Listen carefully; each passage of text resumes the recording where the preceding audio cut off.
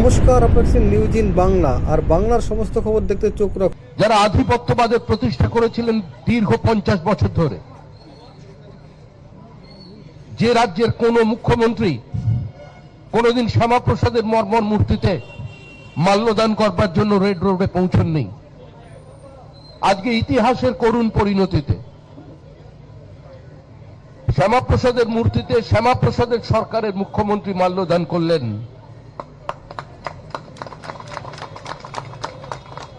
আর যিনি বলেছিলেন 5 মিনিটের মধ্যে একটা সম্প্রদায়কে ছেড়ে দিলে অন্য সম্প্রদায়কে ধুলি মেরে শেষ করে দেবে, যারা বলেছিল যে 70% এখানে আমরা আছি, 30% হিন্দু যখন চাইব কেটে ভাগীরথীতে ভাসিয়ে দেব, আজকে তাদের করুণ পরিণতি দেখুন। গতকাল স্পেস টাউনে পাশে শ্যামাপ্রসাদ মুখার্জির একটি আবক্ষ মূর্তি এবং নেতাজি সুভাষচন্দ্র বসুর আবক্ষ মূর্তি উন্মোচিত করতে সেখানে আমি গিয়েছিলাম। এই মূর্তি দুটো তৈরি হয়েছিল আজ থেকে 10 বছর আগে, কিন্তু এখানেরই একজন স্বনামধন্য কাউন্সিলর তিনি তুলে নিয়ে গিয়েছিলেন আমাদেরই একজন কর্মী সপুকে, বলেছিলেন শ্যামাপ্রসাদের মূর্তি যদি ওখানে বসে তোমার মাথায় গুলি করব। অর্থাৎ যে শ্যামাপ্রসাদ মুখার্জির কারণে আজকে কাশ্মীর ভারতবর্ষের মধ্যে, যে শ্যামাপ্রসাদ মুখার্জির কারণে আজকে পশ্চিমবঙ্গের মাটিতে দাঁড়িয়ে আমরা নিজেদের ভারতবাসী বলে পরিচয় দিতে পারছি, যে শ্যামাপ্রসাদ মুখার্জির কারণে এই আমরা যারা বেঙ্গলি মিডিয়ামে পড়ি, আমরা ওই জীবন বিজ্ঞান, ভৌত বিজ্ঞান এ সমস্ত শব্দগুলো শিখেছি, ইংরেজি টার্মিনোলজিকে বাংলা করে দেওয়া, এটা শ্যামাপ্রসাদ মুখার্জির অবদান। পৃথিবীর সর্বকনিষ্ঠ উপাচার্য, যিনি কলকাতা বিশ্ববিদ্যালয়ে পরাধীন ভারতবর্ষের সর্বপ্রথম কোন কনভোকেশন মিটিং এ দেশীয় ভাষায় অ্যাড্রেস করাবার সাহস দেখাতে পেরেছিলেন, রবীন্দ্রনাথ ঠাকুরকে তিনি ডেকে নিয়েছিলেন। সেদিন এই সমস্ত মানুষজনই যারা দাওয়াতে ইসলামের কথা বলে, তাদের পূর্বজরা রবি ঠাকুরকে সেদিন বয়কট করেছিলেন, ইউনিভার্সিটির চত্বর থেকে ছেড়ে চলে গিয়েছিলেন। শ্যামাপ্রসাদ মুখার্জির জীবন, তার রাজনীতি খুব একদম লাল কার্পেট বিছিয়ে দেবার রাজনীতি নয়। মোহাম্মদ আলী পার্কের ফরওয়ার্ড ব্লকের পাঠানো গুন্ডারা তার মাথায় পাথর মেরেছিলেন, রক্তাক্ত করে দিয়েছিলেন। শ্যামাপ্রসাদ মুখার্জিকে নিগৃহীত করা হয়েছিল কলকাতা কর্পোরেশনের মধ্যে, কিন্তু শ্যামাপ্রসাদ মুখার্জিকে ভয় দেখানো হয়েছিল, দমিয়ে রাখা যায়নি।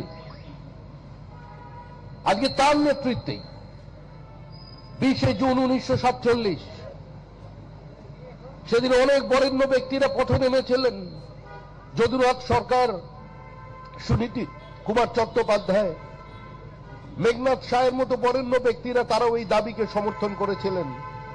কংগ্রেসের সমস্ত হিন্দু বিধায়করা প্রাদেশিক আইনসভায় শ্যামাপ্রসাদের আনা প্রস্তাবে ভোট দেন, যারা ভারতবর্ষকে 28টা টুকরো বিভক্ত করে তারপর ব্রিটিশকে ডমিনিয়ন স্ট্যাটাস দেবার জন্য প্রস্তাব দিয়েছিলেন ব্রিটিশ সরকারের কাছে, এবং যারা তাদের পত্রিকা কমিউনিস্ট পার্টি পিপলস ওয়ারে সেই ম্যাপটি পর্যন্ত ছেপে দিয়েছিলেন। আজকে তাদের নেতা জ্যোতি বসু এবং রতনলাল ব্রহ্মণও কিন্তু সেদিন শ্যামাপ্রসাদের আনাই প্রস্তাবে ভোট দেন এবং বাইরে বেরিয়ে এসে বলেন বাংলা ভাগ করলো কে? শ্যামাপ্রসাদ মুখার্জি আবার কে? দেখুন, যিনি তুলে নিয়ে গিয়ে শ্যামাপ্রসাদ মুখার্জির মূর্তি বসাতে দেননি, আজকে শ্যামাপ্রসাদের মূর্তি যখন কালকে সন্ধ্যায় প্রতিষ্ঠিত হচ্ছে, সেই ব্যক্তি এখন জেলে, আর আরেকজন আছেন সুখী গৃহকোণে। বিভিন্ন জায়গায় গান চলতো, বড় বড় কাট আউট ছবি, কি ভালোবাসা আপনাদের সঙ্গে, বসে আঁকো প্রতিযোগিতা, কম্বল বিতরণ, বস্ত্র বিতরণ, হৃদমাজারে রাখিব, ছেড়ে দিব না। কোথায়? হৃদয়ের পাখি তো উড়ে গেছে খাঁচার মধ্যে। বার করার জন্য কত ফোন, সম্পত্তির হিসাব চলেছে 1300 কোটি। কেউ আবার বলছে পাহাড় লিজ নিয়েছে, কত গল্প। আর তার সাকরেদা কিছু এদিকে ওদিকে কিছু লুকিয়ে আছেন। তারা আবার একজন অন্যজনের বিরুদ্ধে আমার কাছে তথ্য সাপ্লাই করছে, কে কটা ফ্ল্যাটের মালিক, কার কার ডুয়ার্সে কত জমি। এগুলো আমাদের কাজ নয়, এগুলো সরকারের কাজ, সরকার করবে। আমাদের দলের লোকের মধ্যেও বিচ্ছুরি দেখা যাচ্ছে, তারাও আবার কিছু কিছু জায়গায় পৌঁছে যাচ্ছেন, পৌঁছানোর কোনো প্রয়োজন নেই। এটা দলের কাজ নয়, সরকারের কাজ। যে সংস্কৃতি প্রতিষ্ঠা করবার জন্য শ্যামাপ্রসাদ মুখার্জি আত্মবলিদান দিয়েছিলেন, আমরা সেটাকে নষ্ট হতে দিতে পারি না। আমরা একটা সরকার তৈরি করেছি, পশ্চিমবঙ্গ রাজ্য সরকার, বিজেপি সরকার নয়।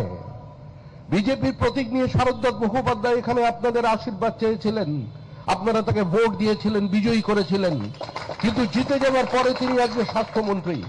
আজকের দিন কেন ঐতিহাসিক দিন? কারণ শ্যামাপ্রসাদের মাটিতে শ্যামাপ্রসাদের সরকার গঙ্গোত্রী থেকে গঙ্গা সাগর পর্যন্ত সরকার তৈরি করতে সাহায্য করেছে পশ্চিমবঙ্গের মানুষ।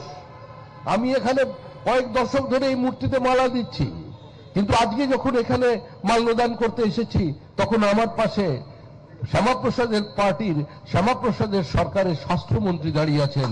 এর থেকে বড় আনন্দের মুহূর্ত, এর থেকে বড় গর্বের মুহূর্ত এই যেমন কিছু নেই।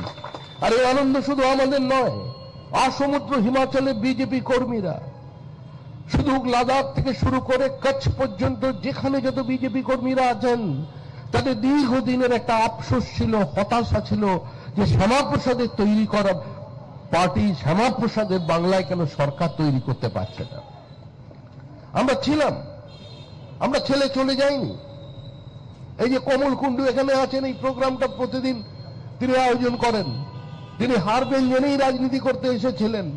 গুটি কয়েক মানুষকে নিয়ে নিজের বাড়িতে ডেকে চা খাইয়ে এই প্রোগ্রামগুলো তিনি পালন করেন। এখানের মানুষ অনেক উপেক্ষা প্রত্যাখ্যানের মধ্যে দিয়ে আজকেও তিনি দলের সঙ্গে সম্পৃক্ত হয়ে গেছেন। দলে কে কি পদে থাকলো সেটা বড় কথা নয়, কিন্তু এখানকার মানুষ জানেন যে কমল কুণ্ডুই বিজেপি, বিজেপি কমল কুণ্ডু। তিনি এই প্রচেষ্টা করে যাচ্ছেন দীর্ঘদিন ধরে। এই ধরনের মানুষরা ছিলেন বলেই পার্টি আছে। যারা 1% ভোট পাবে জেনে পার্টি হারবে নিশ্চিত জেনেও শ্যামাপ্রসাদের জন্মদিন পালন করেছেন, বলিদান দিবস পালন করেছেন, নির্বাচনে প্রতিদ্বন্দ্বিতা করেছেন, প্রার্থী হয়ে খেটেছেন, তারাই তৈরি করেছে দল। এখন তো দল বড় হয়েছে, অনেক মানুষ আসবেন। একটা সময় ছিল বুদ্ধদেব ভট্টাচার্য বলতেন, যাদের বিধানসভায় কোনো প্রতিনিধিত্ব নেই তাদের আমরা সর্বদলীয় বৈঠকে ডাকি না। আর আজ দেখলেন রক্তমাখা অস্ত্র হাতে যত রক্ত, কি শিশু পাঠ্য কাহিনীতে থাকে মুখ ডাকে।